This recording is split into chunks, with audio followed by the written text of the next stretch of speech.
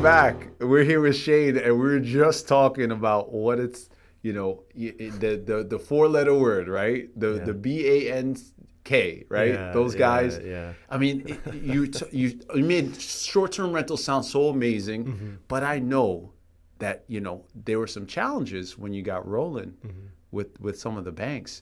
Yeah.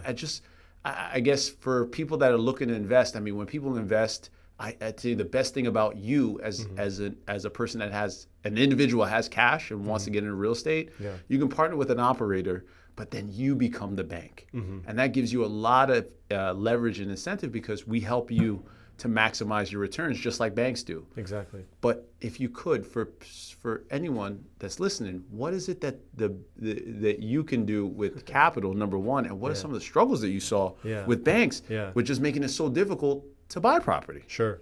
Yeah, because I mean, like what I was saying earlier, when it comes to the luxury properties costing more, first question is that someone's asked, well, I don't even have that much money. How do I do it? Right.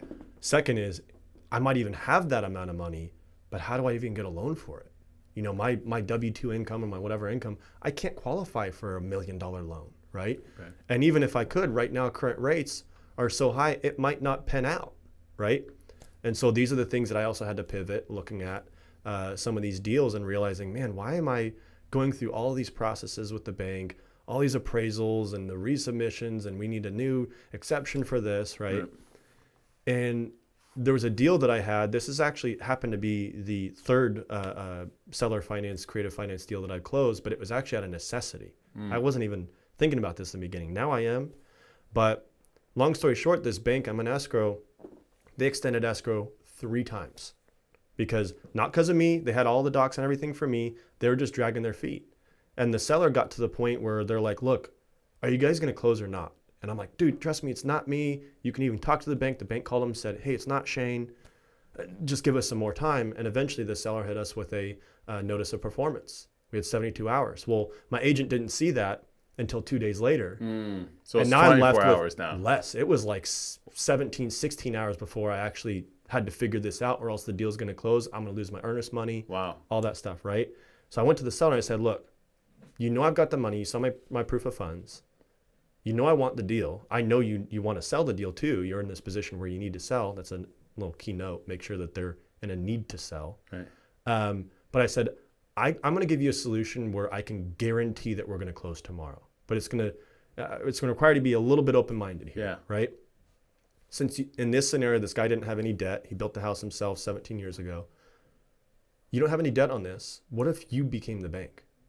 And he said, what do you mean? I said, I would put the same exact money down that I would have put down with my lender. You've seen the money. I could wire it to you tomorrow. But then the rest of that amount, you carry as a loan, just like a bank. We're going to negotiate the interest rate, which, by the way, I negotiated like almost a 3% lower interest rate than what the bank was going to offer me on this deal. I'm not paying closing costs. He's not dealing with anything other than he just wants to sell this property and get out of there, right? So I said, if I give you interest rate payment on this, we amortize it over 30 years, and I don't always do this, but I said I'll give you a 10-year balloon. So instead of waiting 30 years, I'll pay you back in 10 years. And so I did the math. I said, over the next 10 years, the interest is going to make you actually this much more money. So even though I'm buying it for a price that we agreed upon, if you carry this note, you're actually going to make like another $100-something thousand on this. Which he's the bank. And he realized, you can do that? I said, yes, you can. Talk to the title company. Title company sent me over 2 documents, a deed and a grant deed and a note. Right. 2 pieces of paper. They overnighted it to me. I signed it, sent it back. The deal was closed the next day.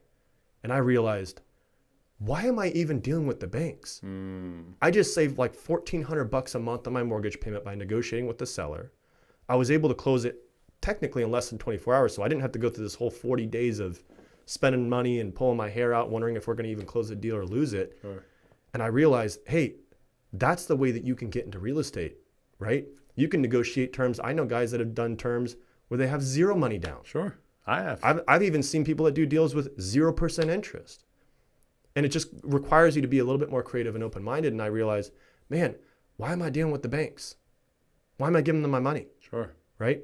And so there's a lot of different ways we can open that up. But I mean, realistically, the point I'm trying to make here is that regardless of the price, regardless of the amount of money that you have, there's always a way to negotiate a deal where it works out for both of you. because that's the ultimate thing, right? Sure. I don't negotiate these deals with seller financing so that I just save money and the seller loses. Like I just said, he ended up making more money off this deal than if he would have just sold it traditional. Sure. Right. And Shane, for you, I mean, let's put a little context on this too. You're dealing with homeowners in Coachella Valley. These people have homes that are at the higher end of medium price range here in California, right? So these people are relatively sophisticated, I would imagine. Some, right? And less desperate for money. Okay, right? Yeah. Let's say less desperate for money for sure. So it has to be a win-win, right? These people are experienced. They know what they have in value. But what your option does is it gives people a way to get more out of something that they would traditionally just have to go and go through a bank. Sure. And now you got a win-win. So it sounds like you almost cut out the middleman. Oh, I didn't almost, I did, right? And I want to make it clear too, like just like a bank checks your credit score and your debt to income, you want to make sure that you're not taking down deals that cost way more than you can afford, right? You still underwrite the deal, see if it still pans out. But I mean, like I said earlier, I don't like to make guarantees. This is a way that you can guarantee closing a deal. Because when you put the deal up into the lender's hands of whether or not they're going to close it or change the rate or whatever, the appraisal came short, you can avoid all that if you don't need it, if you don't want it. Right. You can say, I've got the money. Let me show you my bank account to prove that I've got the money for this deal. If you agree with this and we both agree, I guarantee you that this deal will close. Right. And that's what got me that deal. Because it's between you and I. Just you and me. That's right. Wow. Yeah. And that's, I mean, I love this story. And you and I both know owner finance has been around forever. Sure. Right. And it's something that we utilize in our strategies as well. It's been super successful in how we're able to work with sellers and also our investors. When we go out and we raise capital for the investments that we do in single fam and short-term rentals on a smaller scale, right? And have them be the participants. We make it happen all the way around. But I think what's special about what you guys are doing is now you're starting to see the potential. It's like your eyes are wide open now. That you're like, why were we wasting time? Right in front of me the whole time. Right. Like I said, I have a background in mortgage, so I think that was just kind of my go-to not thinking route of like, let's just look at it as a mortgage and what are the rates.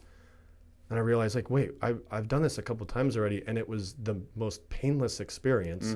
Again, made me a lot more money, saved me money, made the seller happy. Don't have to worry about everybody, right? So yeah, it's definitely something that I think we're going to see a lot more of in the next couple of years. 100%. So look, let's talk a little bit more about that because I tend to agree with you. We can all see over the last few years what happened when rates dropped. Okay, and I'm old enough now to have seen when things changed dramatically, when rates kind of changed up and down. I've been on both sides. Sure. I think what we're coming into now is a season of, no one's sure, but we know for a fact, like most likely it's not going to go down like it did before. Sure. We're only going up from here. Sure. So with owner finance, how do you think that's going to impact your short-term rental business? I mean, honestly, our goal, if we can help it, is 100% of the acquisitions moving forward will be creative financing. Owner finance. If it's owner finance, something like that, yeah. Okay. I mean, not even just owner finance, it could be something like subject to where we take over the existing mortgage, right? So if there's not an option where the seller can carry 100% or wants to carry 100%, they might have current debt in place, debt that might be still at 2 or 3, 4%. That it's going to be an option because I think the biggest thing here is price, right? Most people are so caught up on price, especially because of banking and appraisal and all that. When more people learn how creative financing works, owner financing specifically too, when they don't have debt, price doesn't matter. Because most people don't do the math that at current rates, the average cost of a loan over 30 years is more than double the loan. So if you take out a $600,000 mortgage with current rates, the cost of that mortgage is more than $1.2 million over the life of the loan. So when you do the math on seller finance, if you can get that deal for less than $1.2 million over the next 30 years based on rate, I'll pay $1 million for a $600,000 property if it's at 0% interest. Correct. So I just saved $200,000. Yeah. Right. So the season that we're coming into where prices, we don't know if it's going to go up or down or sideways. We don't know what rates are going to do. Right. If the terms are right, if the rate's right, if the payment's right, it doesn't matter. I'll overpay all day. In fact, most of the properties I have overpaid for. Right. but it's still cash flow. There's still cash still flow. a win-win, right? And that's the magical thing. So it's, with real estate investing, I know that most people, when they get into it, it's all about a return. They want to make money.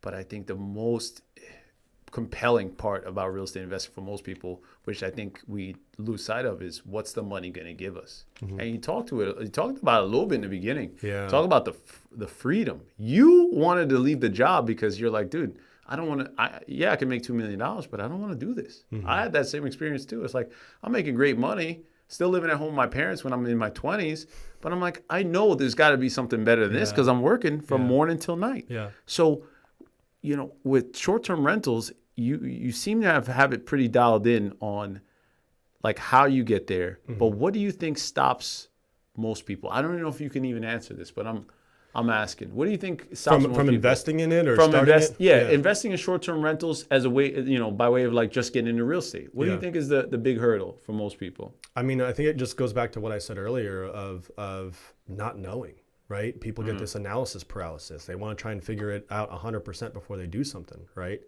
And I think that at the end of the day, you don't need to know it all. Yeah. A farmer who waits for perfect weather never reaps a harvest, right? Say that again. A farmer who waits for perfect weather never reaps a harvest. There we go. That's the first time I ever heard the farmer one. Wow. Yeah. So it's like, at the end of the day, the farmer, regardless of the weather, he's out there sowing seeds. Yeah. Right? He just knows what he needs to do. And the same thing with short-term rentals or any kind of investment real estate is that the average person doesn't do it because they're waiting for perfect circumstances. Like I said, you can shortcut that process if you find out other people who are already specializing it and just partner with them. And already doing it. Yeah. Don't wait for the wait for the perfect storm. Yeah. Just partner with somebody that's been doing it. Exactly. Yeah. That's deep, brother. Wow. Yeah. Wow. So, man, look, I feel like you have this magic about you that you could just break kind of complex ideas down into really simple stuff because it is, right? Like you say with a certain level of certainty. So what I want to do is take a quick break. We're going to wrap up here and just kind of get everybody else an opportunity to just kind of get some takeaways about what this is all about. So let's do that now. Let's go ahead. I'm going to take a break real quick. We're going to come back with Shane. He's going to give you some takeaways for today, something you can get actionable in short-term rentals, and we'll jump right back on with you after that.